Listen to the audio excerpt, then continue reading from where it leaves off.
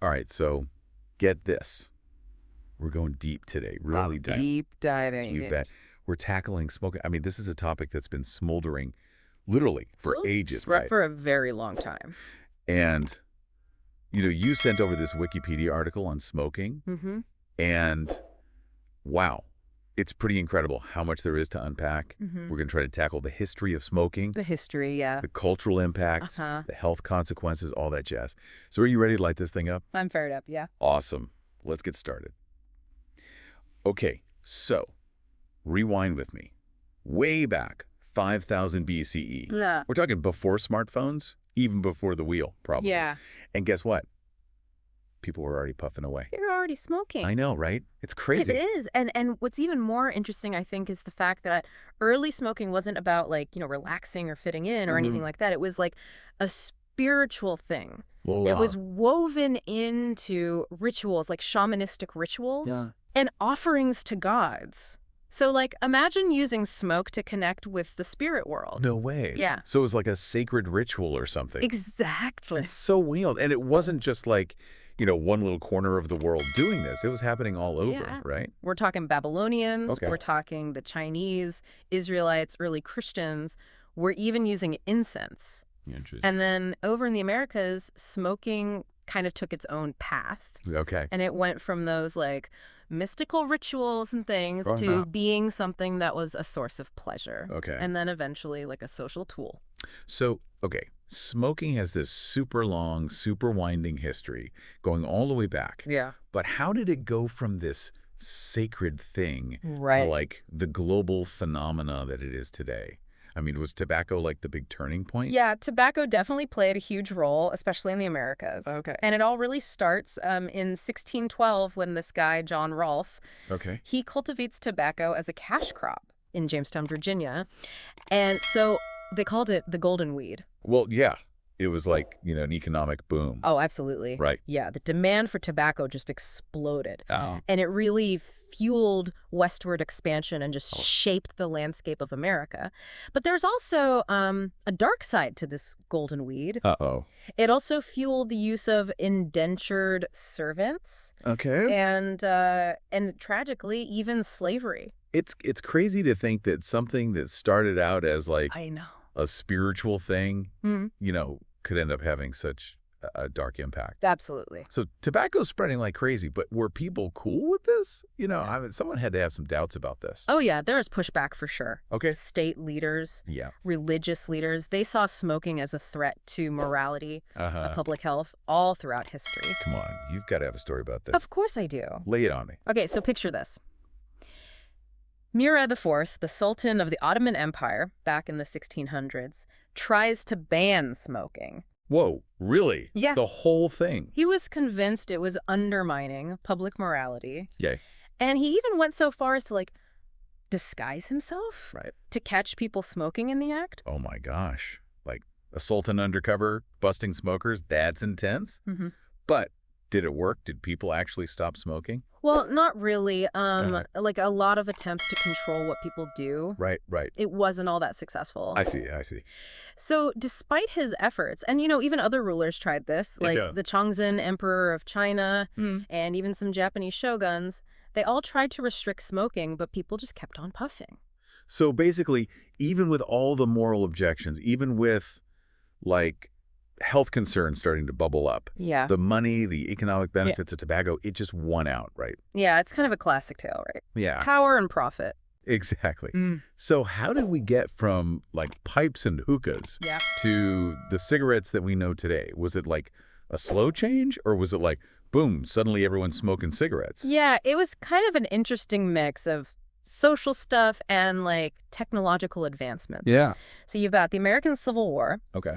and the shift from slavery to sharecropping in the 1860s. Okay. And that kind of marks a turning point. That's when you really start to see the rise of the cigarette, like the industrially produced cigarette. Whoa, so the Civil War changed how people smoked? Yeah, pretty much. Okay. And then technology enters the picture, and it really ramps things up. So in 1881, you've got this guy, James Albert Bonsack. Okay. He invents the cigarette rolling machine. And that changes everything. Yeah, that was a game changer. Right. Suddenly, cigarettes were way cheaper, I see. way easier to make. Right. And so they became accessible to everyone. Like everyone could smoke cigarettes now. It's amazing how one little invention can change everything, Yeah. Like it can just totally revolutionize how people do things. Absolutely. And speaking of like things going global, Okay. there's another part of the story that we've got to talk about. Okay. And it's opium. Oh, yeah. Opium smoking, especially its impact on China in the 19th century. And this is where things get a little darker, Yeah, I mean, the opium wars, opium dens, it's a pretty heavy part of history. For sure. So opium, it did have some medicinal uses, Yeah. but it became a major problem. Yeah. And you have these foreign merchants, Okay. and they were exploiting like trade imbalances, Yeah. smuggling tons and tons of opium into China. Yeah. And this eventually leads to the Opium Wars. And China lost those wars, right? They did, and it was devastating. I bet. They were forced to legalize opium imports, which, Made the problem worse. it just made everything worse. Of course. And then the practice spread with Chinese immigrants. And you started seeing these infamous opium dens popping up in Chinatowns all over the world. It's just wild how smoking went from like sacred rituals I know. to this thing that's being used to exploit people. Right. It's just crazy. I did. But when did people start realizing that smoking wasn't just like a bad habit, but actually a serious health hazard? Yeah. Was there like a big aha moment, or was it something that kind of dawned on people slowly over time? Well, there were some people who were worried about it from the beginning. Really? Yeah. Like back in 1798, Dr. Benjamin Rush, Okay. he was already connecting using tobacco with health problems, even moral concerns. So, the idea that smoking wasn't healthy wasn't exactly brand new, but it took a while for the evidence to catch up. Oh, so people had these suspicions, but they didn't really know for sure yet. Right. So when did things start to change? Like when did the link between smoking and like lung cancer become clear? The 1920s was a big turning point. People were starting to live longer, Right. And so the long-term effects of smoking, they started to become way more obvious. And then in the mid-20th century, some big studies in the UK and the US, Okay. they really nailed down the link between smoking and lung cancer. That was a wake-up call for sure. Wow. And it sparked all these public health campaigns and demands for the government to step in and regulate things. Okay, so the science was finally there and people were starting to realize how bad smoking really was. Yeah. But I'm guessing the tobacco industry wasn't just going to give up that easily. Oh, no way. They fought hard. Oh, I bet. They claimed they didn't know about the health risks. Seriously. All sorts of stuff. It wasn't until like the late 1990s Wow. that health authorities really came out and said, yeah, smoking is bad, and we need to do something about it. That's crazy. It took that long. It did. So we've come a long way from those ancient rituals to like finally understanding how dangerous smoking is. But even with all we know, it's still a huge problem, right? It really is. I mean, people are still smoking all over the world. Yeah. And while smoking rates have gone down in like developed countries, Okay. thanks in part to, those public health efforts, Right. it's a different story in developing nations. Oh, really? Yeah.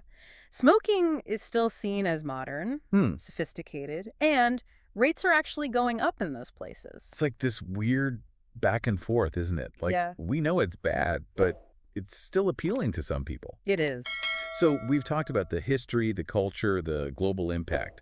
But let's get down to the nitty-gritty. Okay. Like, what happens in our bodies when we inhale that smoke? Let's get biological. So when you inhale smoke, these tiny little air sacs in your lungs, they're called alveoli. Okay. They basically act like express delivery for all those chemicals in the smoke, sending them straight to your bloodstream. So that's why smokers feel that rush so quickly? Exactly. Like instant gratification. Exactly. And the main culprit here is nicotine. Right, nicotine. It's highly addictive, targets your brain's reward system.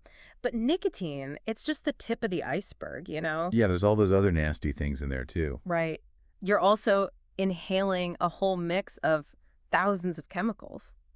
I remember learning about carbon monoxide. Yeah. and like carcinogens. Mm-hmm. But can you break it down for us? Like, what's actually happening to our cells when we smoke? It's like a full-on attack at the cellular level. Oh, wow. You've got carbon monoxide, which basically suffocates your red blood cells, Oh, preventing them from carrying oxygen. that's bad. Yeah. And then you've got the carcinogens, which can damage your DNA and increase your risk of cancer. It's scary to think about. Like, you're basically waging war on your own body Mhm. when you smoke. Pretty much. But, aside from the physical damage, smoking's also had a huge impact on our culture, hasn't it? Like, Yeah. how we view smoking has totally changed over time and across different societies. Totally. Depending on where you are, when you are, Mm-hmm. smoking has been seen as like holy, sophisticated, vulgar, deadly. It's like smoking is a chameleon changing its colors to fit in wherever it is. Exactly. And you see that reflected in art, film, literature. Oh, yeah. Think about like James Dean leaning against a brick wall with a cigarette, That- or Audrey Hepburn with her cigarette holder. Oh, yeah. Smoking used to be associated with individuality, rebellion, even glamour. Yeah, totally. Yeah. I've noticed that in old movies, like people smoking and looking really cool. Yeah. But it's weird, right? Like how something so harmful could be seen as so cool. It is. But smoking is more than just a visual symbol. It can also be like a social activity. You know, it brings people together. Oh, yeah, like smoke breaks. Smoke breaks, sharing a cigarette at a party, that kind of thing. So smoking can be this social glue, this shared experience. Totally. But unfortunately, that makes it even harder to quit, right? Absolutely. But beyond the individual and social impacts, there's another layer to this, right? Yeah. The economic costs of smoking. Yeah, for sure. I mean, that's got to be huge, right? It is. It's massive. We're talking about healthcare expenses, Right. lost productivity due to smoking-related illnesses. Mm-hmm. It's a burden that affects everyone, So it's not just like a personal choice. No. It's a choice that has consequences for society as a whole. It really does. Wow, this deep dive has been quite the journey so far. It has. We've gone from ancient rituals to like the rise and fall of opium smoking, traced the whole evolution of cigarettes, and we've even looked at the biological battlefield inside our bodies. And I feel like we've only just scratched the surface. We've laid the groundwork, Yeah. but there's a lot more to uncover, especially like what's happening with smoking today. Oh, yeah. Like all those new e-cigarettes. Exactly. The trends, the environmental impact, all of that. Yeah, there's a lot to talk about. Right, for sure. So stay tuned, because in the next part of our deep dive, we're going to tackle all of that and more. We'll be right back. Okay, so we've gone through, like, the ancient roots of smoking. Yeah. You've seen it go from, a sacred thing to this huge global commodity. Yeah. And we've even looked inside our bodies to see what smoking actually does. Right. But smoking, it's not stuck in the past, is it? No, not at all. I mean, things are changing so fast these days. Oh, yeah. Smoking is changing big time. It really is.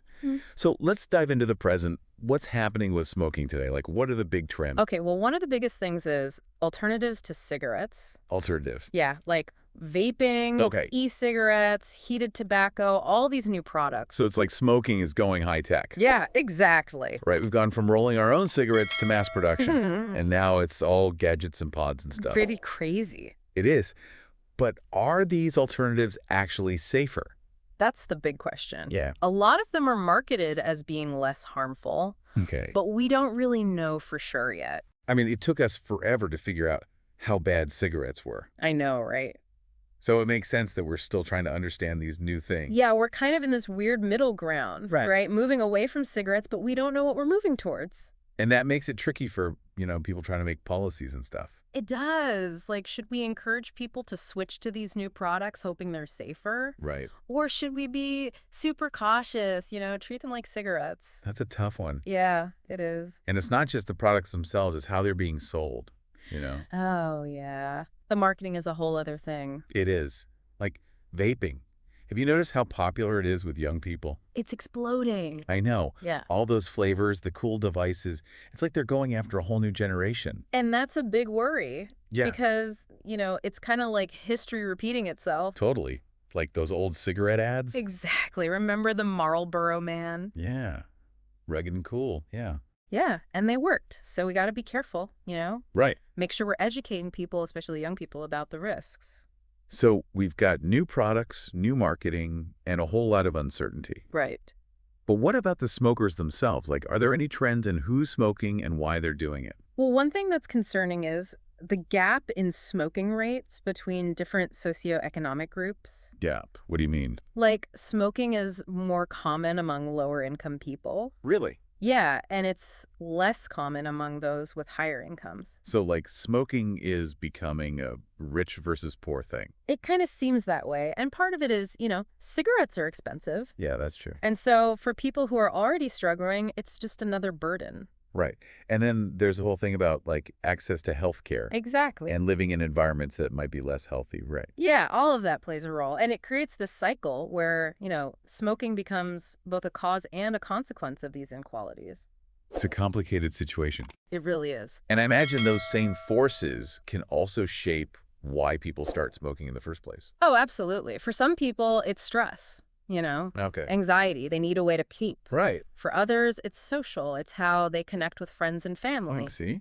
And then some people, it's just habit. They've been doing it so long, it's just part of their routine. So many different reasons. Yeah, it really is a mix. So, given how complex all this is, what can we even do about it? Like, what works when it comes to helping people quit? Well, there's no magic bullet, Okay. but the best approach seems to be like a combination of things. Like what? Medication to help with the cravings, Okay. counseling to deal with the mental and emotional stuff, Yeah. and support groups Right. to connect with other people who get it, So it's about attacking the addiction from different angles, Exactly. not just willpower, but giving people the tools and support they need. Yeah. And creating environments that make it easier to quit. What do you mean? Like making workplaces and public spaces smoke-free. Okay. That helps protect non-smokers. Right. And it also reduces temptation for those who are trying to quit. And making sure people can access programs and resources to help them quit. Yeah, totally. Counseling, medication, even financial incentives sometimes. So it's about, like, a multi-pronged approach. Yeah. Individual support, Mm, social change, economic policies, all working together. exactly. But beyond all those practical things, don't we also need, like, a cultural shift? Oh, absolutely. I mean, we got to change how we view smoking, right? We do, especially for young people. It can't be seen as cool or glamorous anymore. Right. We need to be honest about the risks, Uh-huh. the costs, all of that. Yeah, we need to change the story around smoking. I feel like that's happening, slowly but surely. It is. Smoking rates are going down, awareness is going up. That's good to hear. Yeah, but we still have a long way to go, especially in some parts of the world. Okay, so we've talked about all these new products, new marketing tactics, the gap between rich and poor smokers, Yeah. the need for supportive environments, and even changing the culture around smoking. It's a lot. It is. But the more we understand all this, the better we can deal with the problem, That's true. And speaking of understanding the problem, there's one more thing I want to touch on, the environmental impact. Oh, yeah. We've talked a lot about the human cost, but what about the cost to the planet? It's a huge issue. I never really thought about it before, but now that you mention it, it makes sense. Right. Think about the deforestation. Okay. All those trees cut down for tobacco farms, Yeah. the pesticides, Right. the fertilizers, all that stuff polluting the soil and water. Uh-huh. And then there's the waste, like cigarette butts. Oh, yeah. Those are everywhere. They're one of the most common types of litter in the world. It's crazy. So, smoking is bad for us, Yeah. and it's bad for the planet. It is. It's a double whammy. It really is. Yeah. And it shows how our choices, even those that seem personal, can have a huge impact on everything around us. That's right. It's not just about you, it's about everyone, and it's about the planet, too. So we've covered a lot of ground in this deep dive, everything from the history of smoking to the new challenges we're facing today and the impact it's having on the environment. We have. It's complex, for sure. It is. But the story's not over yet, is it? No, not at all. And in the last part of our deep dive, I think we need to take a step back Okay. and ask ourselves, what's next? What does the future hold for smoking? Wow, it's kind of mind-blowing to think that we started this whole thing talking about ancient rituals. Oh, no, right? And now we're here, like, pondering the future of smoking. It's been quite the journey. It really has.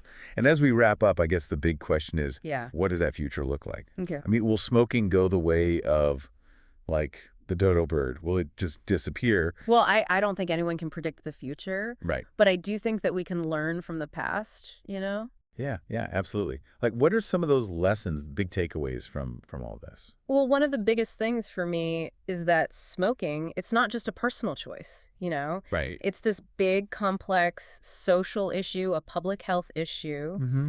and it has all these consequences for everything. For everything. Economics, politics, the environment, you name it. It's easy to forget about that, Yeah. Like, it's so easy to just think of it as, like, a personal habit, Yeah, but it's so much bigger than that. it really is. It's shaped by everything around us, like social norms, Yeah. economic factors, Right. marketing, even government policies. It's like this whole web of influences. Exactly. And I think another big lesson is that change, it's possible, Mm-hmm.